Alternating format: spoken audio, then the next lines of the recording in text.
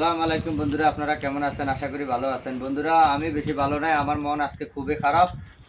কারণ আমি দীর্ঘদিন এখন যে জানে কাজ করলাম, প্রায় ১ বছরের কাছাকাছি।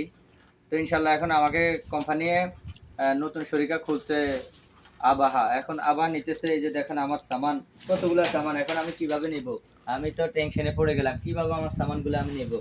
যা সামান আল্লাহ মাবুদে জানে ২ বস্তা হইব। আসলে যে জানে অনেকদিন কাজ করছি, তো আসলে মনটা এখানে বসে গেছে যে এখন আবার যাবো, আবার পরিস্থিতি কেমন হয় কিরকম হয় জানি না। আপনারা জানেন যে আমি এর আগেও কাজ করতাম, আমি রিয়াদে প্রায় ১.৫ বছর ২ বছরের মতো আমি রিয়াদে কাজ করছি। তো আলহামদুলিল্লাহ আমি ভালোই ছিলাম। তো এখানে আসার পরে এখানেও কয়েকটা দিন আমার কাছে খারাপ লাগে, এখানেও আমি মোটামুটি এখনো একটু ভালো পজিশনে আসছি। এখন আবার কোম্পানি আমাকে ট্রান্সফার করতেছে আবাহা। তো আলহামদুলিল্লাহ আল্লাহর উপর তাওয়াক্কুলতা, যাইতেছি, আল্লাহ রিজিকে কি রাখছে জানি না।